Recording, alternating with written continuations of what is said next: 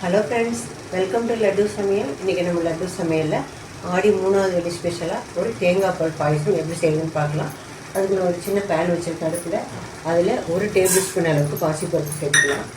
சேர்த்துட்டு நல்லா சிவப்பு வறுத்துக்கலாம்.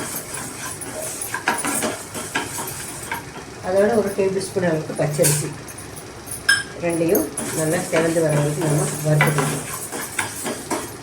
இந்த அரிசி பாசிப்பருப்பு நம்ம கழுவ முடியாது, அதனால் நல்ல சுத்தமான கிச்சன் கிளாத்தில் நல்லா துடைச்சிட்டு வறுத்துக்கோங்க.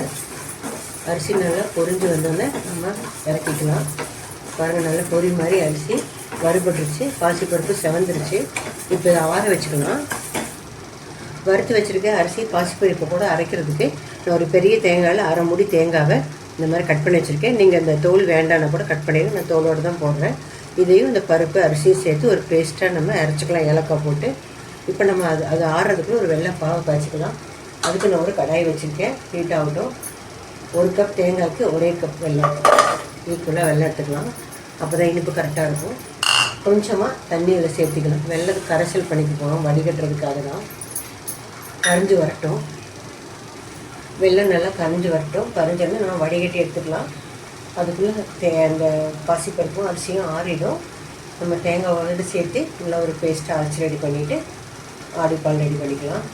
தேங்காய் பால் பாயசம் ரெடி பண்ணிக்கலாம். பாகு ரெடி ஆகட்டும். வெல்லம் நல்லா கரைஞ்சிருச்சு. இப்போ இது ஒரு பாத்திரத்தில் வடிகட்டி எடுத்துக்கலாம். வெள்ளைக்கரைசலை வடிகட்டியாச்சு.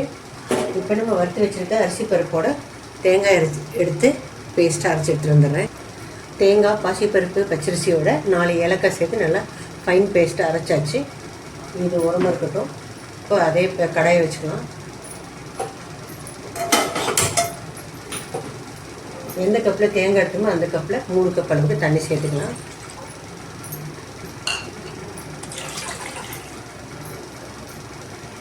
மூணு கப் தண்ணி சேர்த்தாச்சு. அதோட நம்ம அரைச்சி வச்சுருக்கேன் தேங்காய் விழுதை இதில் சேர்த்துக்கலாம். தேங்காய் சேர்த்துட்டு நல்லா கலந்து விட்டுக்கலாம். கொதிக்கட்டும்.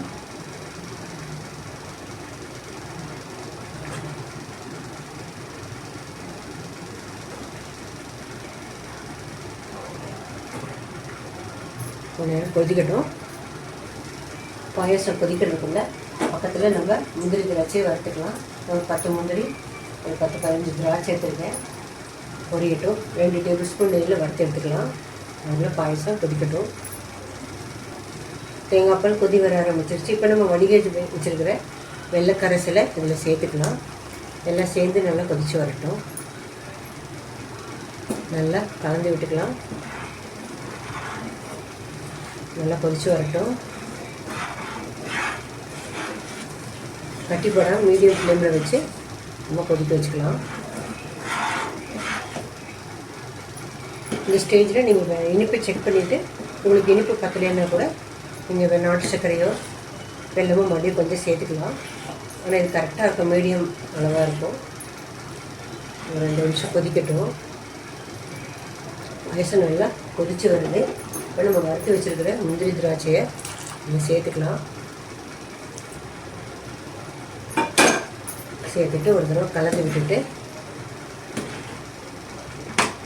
அது கூட கொஞ்சமாக பச்சை கற்பூரம் ஒரு சிட்டிகை அளவுக்கு, நல்லாயிருக்கும். வாசமாக டேஸ்ட்டும் நல்லாயிருக்கும். கலந்துட்டு இறக்கிட்டோம்னா நம்மளுக்கு சூப்பரான ஆடி வெள்ளி 3ஆம் வெள்ளி ஸ்பெஷல் தேங்காய் பால் பாயசம் அட்டகாசமாக ரெடி ஆகிடுச்சு. டக்குன்னு செஞ்சு முடிச்சிடலாம். நீங்களே இதே மாதிரி ட்ரை பண்ணி பாருங்கள். பிடிச்சிருந்தால் லைக் பண்ணுங்கள், ஷேர் பண்ணுங்கள், கமெண்ட் பண்ணுங்கள். என்னோடய சேனலை சப்ஸ்கிரைப் பண்ணுங்கள். மறக்காமல் பெல் ஐக்கானை கிளிக் பண்ணுங்கள். தேங்க்ஸ் ஃபார் வாட்சிங்.